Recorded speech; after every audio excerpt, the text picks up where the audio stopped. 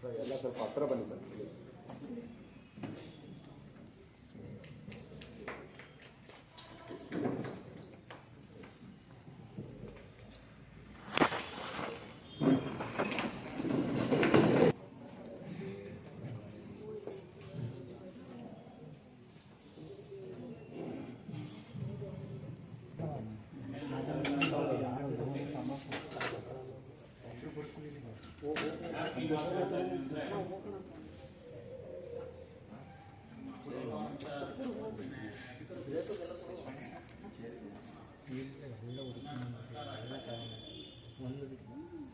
ಒಂದು ಸ್ಟ್ಯಾಟಿಸ್ಟಿಕ್ಸ್ ಪ್ರಕಾರ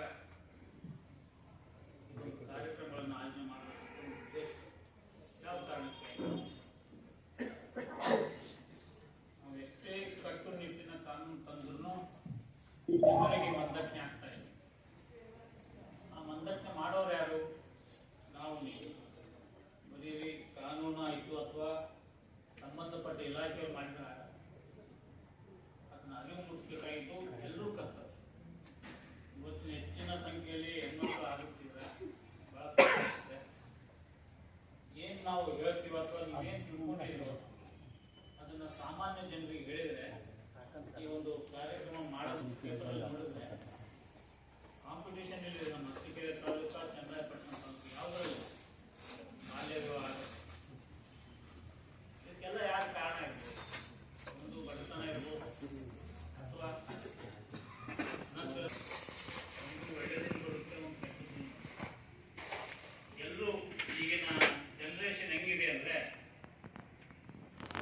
ಕೆಟ್ಟದನ್ನ ಬೇಗ ಅಳವಡಿಸ್ಕೊಂಡ್ಬಿಡ್ತಾರೆ, ಒಳ್ಳೆಯದನ್ನ ಅವ್ರು ತಿಳ್ಕೊಳ್ಳೋಕ್ಕೆ ಹೋಗಲ್ಲ, ಹೆಣ್ಣಾಗಿರ್ಬೋದು ಗಂಡಾಗಿರ್ಬೋದು. ಆ ಕಾರಣದಿಂದ ಒಂದು ನಿರ್ದೇಶನದಂತೆ ನಾವು ತಾಲೂಕು ಕಾನೂನು ಸೇವಾ ಸಮಿತಿ ಎಲ್ಲ ಡಿಪಾರ್ಟ್ಮೆಂಟ್ ಸಹಕಾರದೊಂದಿಗೆ ಪ್ರತಿನಿತ್ಯ, ಪ್ರತಿದಿನ, ಪ್ರತಿ ಹಳ್ಳಿಯಲ್ಲೂ, ಪ್ರತಿ ಶಾಲಾ ಕಾಲೇಜಿನಲ್ಲಿ ಒಂದು ಕಾನೂನು ಅರಿವು ಕಾರ್ಯಕ್ರಮ ನಡೆಸಬೇಕಂತ ನಿರ್ದೇಶನ ಮೇರೆಗೆ ಅದ್ರ ಜೊತೆಗೆ ನಿಮ್ಮೆಲ್ಲರ ರಾಜ್ಯ ಕರ್ತವ್ಯ.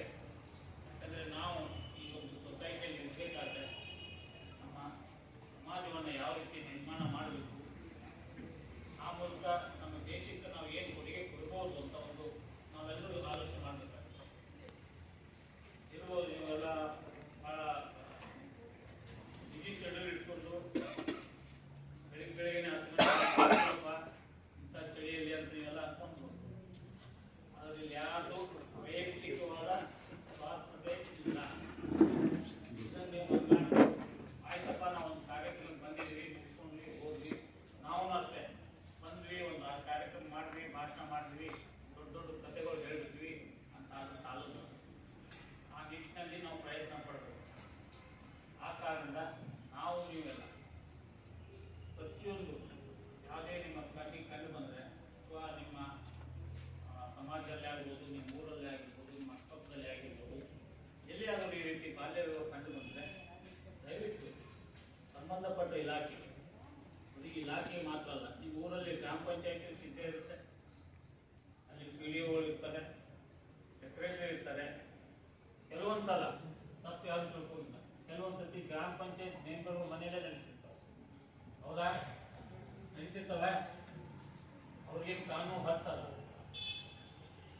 ಯಾರಿಗೂ ಕಾನೂನು ನಿಟ್ಟಿನಲ್ಲಿ ಬೇರೆ ಬೇರೆ ಭೇದ ಭಾವ ಅಂತ ಇಲ್ಲವೇ ಇಲ್ಲ. ಆ ಕಾರಣದಿಂದ ತಾವುಗಳು ಮುಖ್ಯವಾಗಿ BEd ಸ್ಟೂಡೆಂಟ್ಸ್ ಇದ್ದೀರ. ಮೊನ್ನೆ ಒಂದು ಚನ್ನರಾಯಪಟ್ಟಣದ ಒಂದು ಘಟನೆ ನಡೆಯಿತು. 8 ಹುಡುಗಿ ಕನ್ಸೀವ್ ಆಗಿ ಪ್ರೆಗ್ನೆಂಟ್ ಆಗಿತ್ತು. ಕಾರಣ ಏನು? ಮೊದಲನೇ ಮಾತು ಅವ್ರ ಪೇರೆಂಟ್ಸ್ ತಪ್ಪು. ಯಾಕಂದ್ರೆ ಅವ್ರ ಆ ಮಕ್ಕಳನ್ನ ಗಮನ ಕೊಡಲ್ಲ. ಎರಡನೇ ಮಾತು ಸಂಬಂಧಪಟ್ಟ ಶಾಲಾ ಶಿಕ್ಷಕರು. ಹೌದಾ? ಇದರಲ್ಲೇನೋ ತಪ್ಪಿದೆಯಾ? ಒಂದು ಹುಡುಗಿ ಪ್ರೆಗ್ನೆಂಟ್ ಆಗಿ ಡೆಲಿವರಿ ಆಗತ್ತನ ಅಂತಂದ್ರು ಯಾರಿಗೂ ಎಲ್ಲರಿಗೂ ಗೊತ್ತೇ ಆಗುತ್ತೆ. ಹೌದಾ?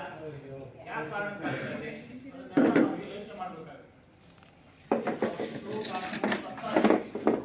ಆದರೆ ಜನಸಾಮಾನ್ಯರಿಗೆ ಅದು ತಿಳುವಳಿಕೆ ಆಗ್ತಾ ಇದೆ.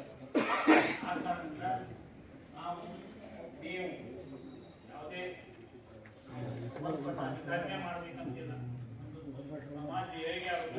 ಸಮಾಜದಲ್ಲಿ ಇಟ್ಕೊಂಡು ನಾವು ಏನು ಮಾಡಬೇಕು ಅಂತ ಯೋಚನೆ ಮಾಡಿ ಆ ನಿಟ್ಟಿನಲ್ಲಿ ಎಲ್ಲ ಇಲಾಖೆ ಜೊತೆಗೆ ಕೈ ಜೋಡಿಸಿ ಈ ಒಂದು ಅನಿಷ್ಟ ಪದ್ಧತಿಯನ್ನ ನಿರ್ಮೂಲನೆ ಮಾಡುವ ನಿಟ್ಟಿನಲ್ಲಿ ಪ್ರಯತ್ನ ಪಡೋಣ.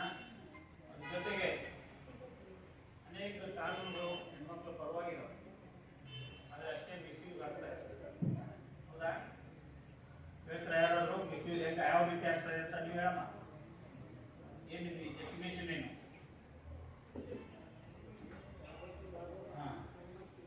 ಆಗ್ತಾ ಇದಾವ? ಏನು ಯಾವ ರೀತಿ ಆಗ್ತದೆ?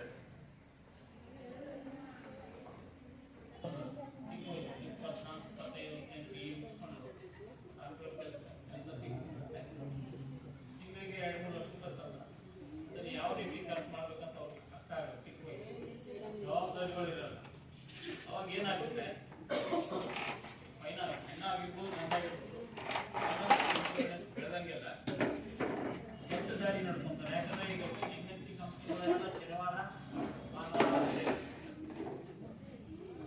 ಸಾಯಂಕಾಲನ ಸ್ಟಾರ್ಟ್ ಮಾಡ್ತಾರೆ. ಮೊನ್ನೆ ಒಂದು ವಿಡಿಯೋ ನೋಡಿದೆ, ನಾರ್ತ್ ಇಂಡಿಯನ್ ಹುಡುಗಿ ತಂದೆ ತಾಯಿ ಒಳ್ಳೆ ಪೋಸ್ಟ್ ಆ ಹುಡುಗಿ ಅವತಾರ ನೋಡ್ಬೇಕಾಗಿತ್ತು. ಡ್ರಗ್ಗಳಿಗೆ ಅವ್ರ ತಂದೆ ತಾಯಿನೇ ಇಟ್ಕೊಂಡು ಕೊಟ್ಟರು, ಪೊಲೀಸರಿಗೆ ಹೊಡಿತಾ ಇದ್ದಾರೆ. ಅವಳಿಗೆ ಅರುಣೇ ಇಲ್ಲ. ಯಾಕೆ ಆಗ್ತಾ ಇದೆ? ನಾವು ನಮ್ಮ ಮಕ್ಕಳ ಮೇಲೆ ಗಮನ ಕೊಡ್ತಾರೆ.